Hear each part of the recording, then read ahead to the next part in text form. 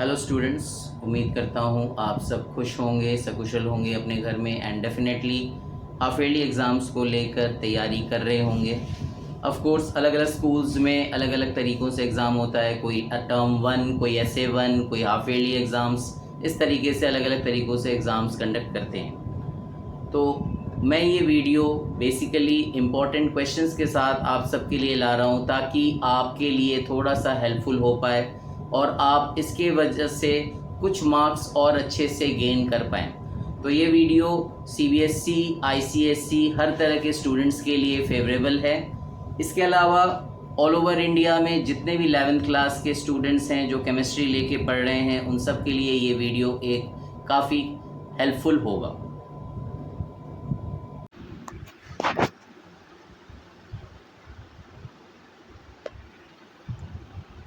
So these are the important questions जिसे मैं आपके साथ शेयर करना चाह रहा था and I was talking about.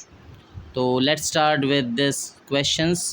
सबसे पहले क्वेश्चन है, why are elements at the extreme left and extreme right the most reactive? State the modern periodic law, define ionization enthalpy. How do alkali and alkaline earth metals react with water? List the factors that can influence the ionic radius of an element. How would you justify the presence of 18 elements and the fifth period of the periodic table? Important question है. How do electronic configuration of the elements Z 107 to 109 differ from one another?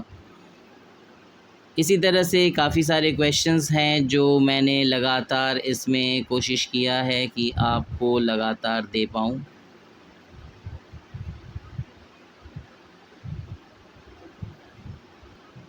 Which important property did Mendeleev use to classify the elements in this periodic table, and did he stick to that? What is the basic difference in approach between Mendeleev's periodic law and modern periodic law? तो ये कुछ questions हैं जो आपके लिए helpful होंगे। अब यहाँ पे जैसे कुछ इम्पोर्टेंट क्वेश्चन है मैं यहाँ पे दिखाना चाहूँगा।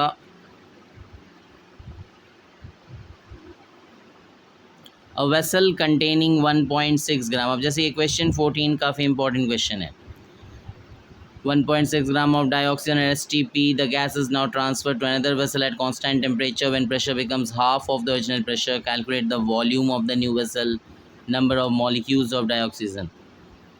Okay, then एक और इम्पॉर्टेंट क्वेश्चन यहाँ पे जो मुझे नज़र आ रहा है वो है,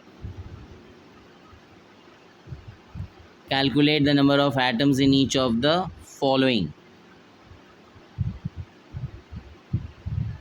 ओके, अब आते हैं अगले क्वेश्चन पे जहाँ पे आप देख सकते हो अ क्रिस्टलाइन सॉल्ट, यानी क्वेश्चन नंबर 19 जो कि फिर से एक इम्पॉर्टेंट क्वेश्चन है। When heated becomes anhydrous and loses 51.2% of its weight. The anhydrous salt on analysis gave the percentage composition as magnesium, sulfur and oxygen. तो बेसिकली ये वाला जो क्वेश्चन है ये आपका परसेंटेज कॉम्पोजिशन के ऊपर है, यानी कि आपको इसमें मॉलिकुलर फार्मूला निकालने के लिए पूछा जाता है और एम्पिरिकल फार्मूला के लिए भी पूछा जा सकता है। इसके बाद जो नेक्स्ट क्वेश्चन है वो है question number 22। Calculate the wave number for the longest wavelength transition in Balmer atomic hydrogen.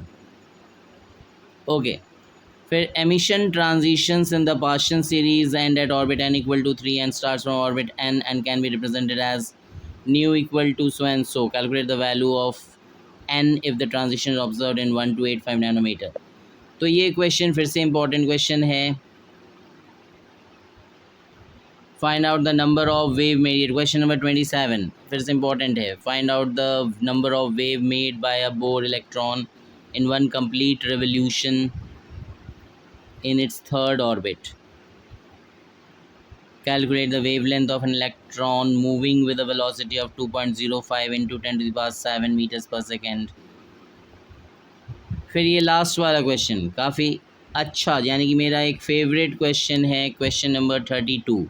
When electromagnetic radiation of wavelength 300 nanometer falls on the surface of sodium, electrons are emitted with a kinetic energy of 1.68 into 10 to the power 5 joules per mole. What is the minimum energy needed to remove an electron from sodium? What is the maximum wavelength that will cause a photoelectron to be emitted? तो ये एक important questions में आता है। इसके बाद next जो मैंने सेलेक्ट किया है वो है जैसे neon gas is generally used in the sign boards, it emits 616 nanometer, calculate the frequency of emission, energy of quantum। और फिर question number 35, a certain particle carries 2.5 into 10 to the power minus 16 coulomb of static electric charge, calculate the number of electrons present in it। Balance the following equation, copper oxide was prepared by the following method।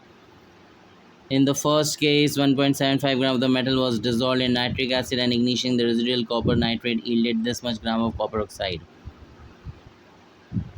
Okay, फिर यहाँ पे है 10 ml of H2 combines with 5 ml of O2 to form water। When 200 ml of H2 is at STP is passed over heated CO, the CO loses 1.144 gram of its weight। Does the above data corresponds to the law of constant composition? Okay तो ये कुछ important questions हैं यहाँ पे definitely. तो उम्मीद करता हूँ कि आपको ये क्वेश्चंस समझ में आ रहे होंगे और आप इनकी प्रैक्टिस ज़रूर कीजिएगा। Then there is one more page जो मैंने आप लोगों के लिए सेलेक्ट किया है। This is the increasing order of reactivity among group 1 elements, then what is the significance of the term, why first members of each group elements